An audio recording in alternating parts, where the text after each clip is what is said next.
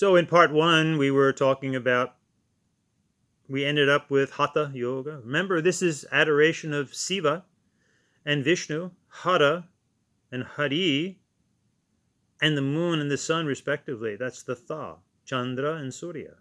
So true Hatha Yoga are Hindu devotional postures to Siva and Vishnu and various incarnations of Vishnu, and seeing this Atmana, which is different than the Christian understanding of soul. For the Christians, the monotheists, soul is still connected to the mind, the psyche. Hence their infatuation with the book. People of the book, whether it's the Zoroasters, which was the precursor of Judaism, with the Ameshpentas and their devotion to Ahura Mazda, or the Jews with the Torah and then their adoration of Yahweh, and then the Christians come along and it's the New Testament, and notice they, quote unquote, affectionately rename the Torah. Talk about arrogance. The Old Testament, meaning outdated. So in other words, the God of the Old Testament had some things to learn. Interesting. So they have the New Testament and God Jesus, and then the Muslims come along, the fourth people of the book, if you will, and the book becomes the Quran, and the deity becomes Allah and Muhammad the Prophet. So will the real book please stand up? Will the real deity please stand up? So remember, Hindus, you have many scriptures, of course, and we have some fundamentalists within Hinduism that do focus solely on the book, the Ramayana, for example, or the Bhagavad Gita. They're there for use, but they're not there to try to indoctrinate everybody into one book. We're people of the look. Jagotakarade, awake, arise, look and see. Thou art that tattvam asi, aham brahmasmi, aham atma asi. Tattvam asi, thou art that. We are the Atmana of love and light and energy. Om, this are we, with emotions, mind, and body. So, Hindus and people interested in the Hindu yoga Dharma, you need to encourage people that if they wish to study, fine. But there's a huge difference, between a student and a teacher. Especially relevantly when it comes to the various religions of the world. Just stop and think for a moment.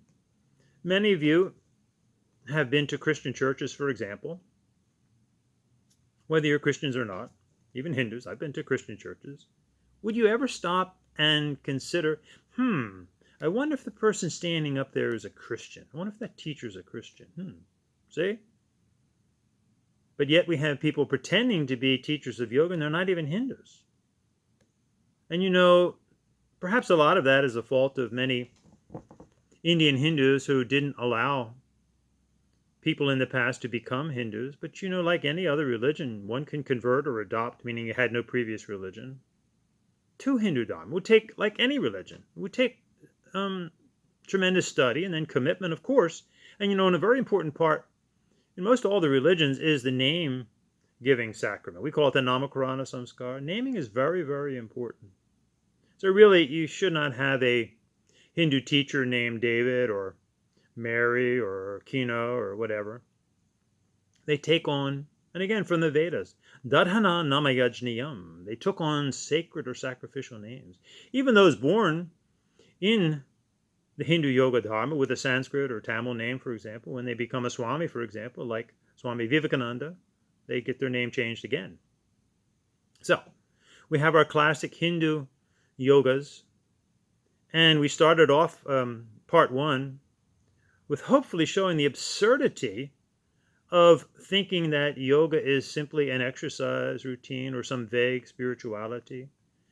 And the fault is really with the Hindus. We have capitulated. We have just sat back and let all of these things happen. Takes decade upon decade to clear up things, if we ever do. Look, we still hold on to caste. We're just now clearing up the swastika controversy, which many of you may not realize that Hitler never even used the word swastika. He used the Christian connotation of Hakenkreuz. It's very interesting. Kona's done a good job on that, but they still have a way to go. Right? They're not fully recognizing the Hindu yoga connections. So too with half. We did an interesting podcast on this. You don't want to be half a Hindu. You want to be a full Hindu. They still capitulate to the modern spurious yoga and the so-called Yoga Alliance. Many Hindus are actually joining it. One Hindu actually said to me, if you can't beat him, Swami, join. Wow, what a cowardly response that is. As my Mataji said, nobody respects a coward. We have to stand up for ourselves or nobody else will. They won't respect us, which they clearly don't. Because it's not simply the once sacred Sanskrit, Tamil, Hindu word yoga, yogam, that's been absolutely perverted beyond recognition. Let's consider the following. Now, many of you know about the game Jeopardy. And the way it works is that an answer comes up, and then your answer has to be in the form of a question. And it's all put into context by the heading across the top. So, for example, if you were to say blank for 400, Statue of Liberty, you would say, what is New York City? And you knew that because the heading was cities. Where is this found? New York City. So I happened to be watching one, and this is many years ago now. And the following came up. Blank for 600. Ancient holistic medicine. What is Ayurveda? Which means life of the Vedas, by the way. The Hindu scriptures. Blank for 400. 7 centers in the body. What are the chakras? Blank for 200. Down dog. What is yoga? And what was the heading? Was the heading Hindu? No, New Age. So consider the following, Hindus, and those concerned about trying to do the right thing. Why are Ayurveda, chakras, Kundalini a New Age thing, but not Hindu? Why is karma just anything, but not Hindu? Why is a mantra any repetition, money, money, money, not a holy Hindu chant? Why is a pundit merely a politician, not a Purohit? And sadly, it gets worse, my friends. Why are Arya and swastika about an evil race? Why are they not about a holy place? Why is the original homeland now the troubled nation of Pakistan? Why do many make fun of the Bindu? You know they do. Dot head, bullet hole, you are here. Why are many afraid of the word Hindu? Hindu? And why is a guru just anybody? Diet guru, fitness guru, Wall Street guru? Try that one time with imam, see how far you get. There is such a thing as being too tolerant, my friends. And you know, come on, you would not put up with that, especially when it comes to your finances. I have a friend that works in the car industry. And you know how the salesmen are eager to meet you as soon as you walk on the lot. As soon as they see an Indian coming, and primarily they're Hindus, they run. Why? Because they fight over the last penny. And yet they let so much of the Dharma just go, koi baat nahi, doesn't matter. They have the cholta hai attitude, it's somebody else's business. We want kam chalu, we want to take control here of the narrative. And why is yoga an exercise for money? And the Hindus are not even given credit for the numerals, and especially zero, sunya. They're not Arabic numerals. Methinks we Hindus have to look in the mirror. Start with vitarka mudra, reason, which is actually the first sign of samadhi, according to the Saiva Hindu Guru Patanjali, whose yoga sutras have been totally distorted beyond recognition. This Ashtanga yoga movement is totally false. For Patanjali makes no mention of any specific asana at all. And yet that's what this so-called Ashtanga yoga is all about. Promulgated by Krishnamacharya and Joyce, who many considered quite a pervert.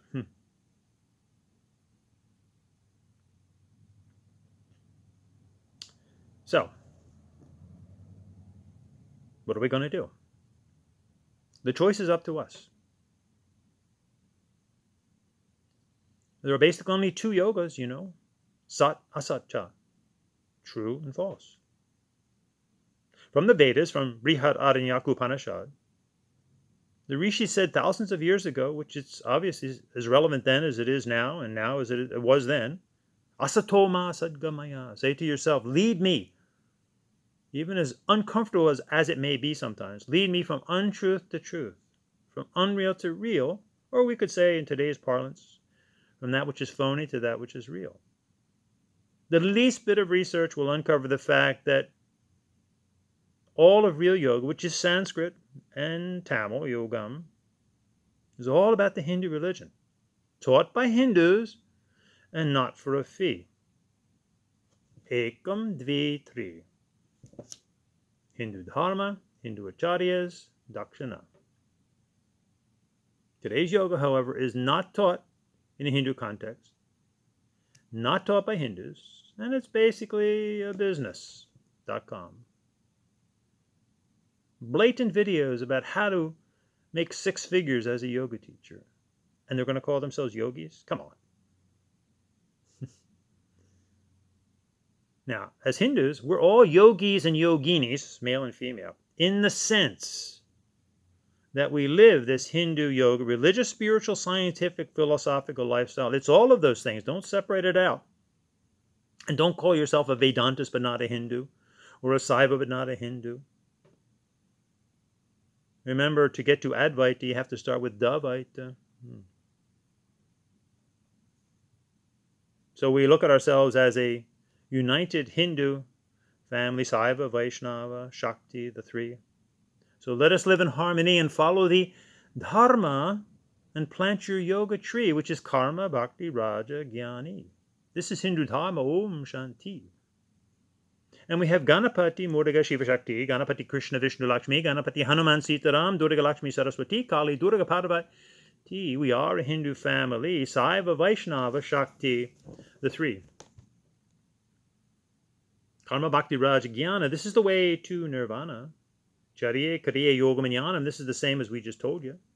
Yama, Niyama, Asana, Pranayama, Pratyahara, Dharana, Dhyana, Samadhi. How many times do we have to tell thee, world? All of yoga is Sanatana Dharma. This is Hinduism. Watch your Karma Kanda, Upasana Kanda, Yana Kanda, Om. And remember, fellow Hindus, we are the Atmana. Satchit Ananda, Jyoti Shakti Ananda, Shanti, love, light, and energy. Om. This are we with emotions, mind, and body. Be proud to be a Hindu. We have a great track record of respecting the other religious traditions of the world, but it has to be reciprocal. This is a win-win situation. Hopefully. So we need to be assertive and state our case that we are Hindus. We do yoga to reach Atmana. People want to learn, fine. So as Hindus, when we say namaste, we're recognizing divinity within others, but we have to respect how they're presenting that, how they're learning that. We don't want to make them all Hindus. We don't want to have a blind universalist attitude. Remember, not just for Hindus, but all of you religious people out there, that your religion is a way. It's not the way. And it's not a universal way for everybody. It's a way. It's the way for you, of course. But it's a way. Just like your spouse, if you had one, is the one and only one for you, but it's yours. It's not for somebody else. So our religion is a way. It's not the way, and it's not no way.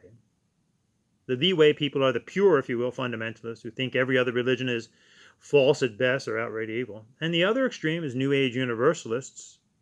Many Hindus fit into this category, where you're taking something very specific like yoga, for example, and claiming that to be universal.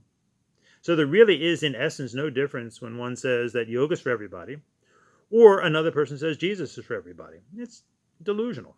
It's for all those who want to choose it, fine, but it's not for everybody. So let's end, my friends, with sending out love, light, and energy to others and respect their way. But remember, they have to respect us too.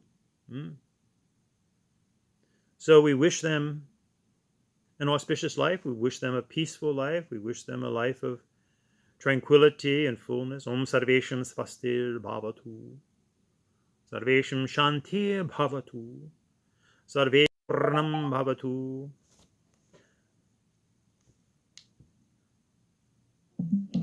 Sarvesham Mangalam Bhavatu. And we want to pray for and help those that are sick and suffering. Sarve bhavantu sukhinaha, sarve santu niramayaha, sarve bhadrani pashyantu ma kashti dukha bhag bhavet. Please excuse the lapse there in the speaker. And let's end with asato ma sadgamaya, tamaso ma jyotir gamaya, mrityorma amritam gamaya. Seeking a peace through strength and justice. Om Shanti, Shanti, Shanti. Oh, Namaste, Namaskaram, Vanakam, Namo Namaha.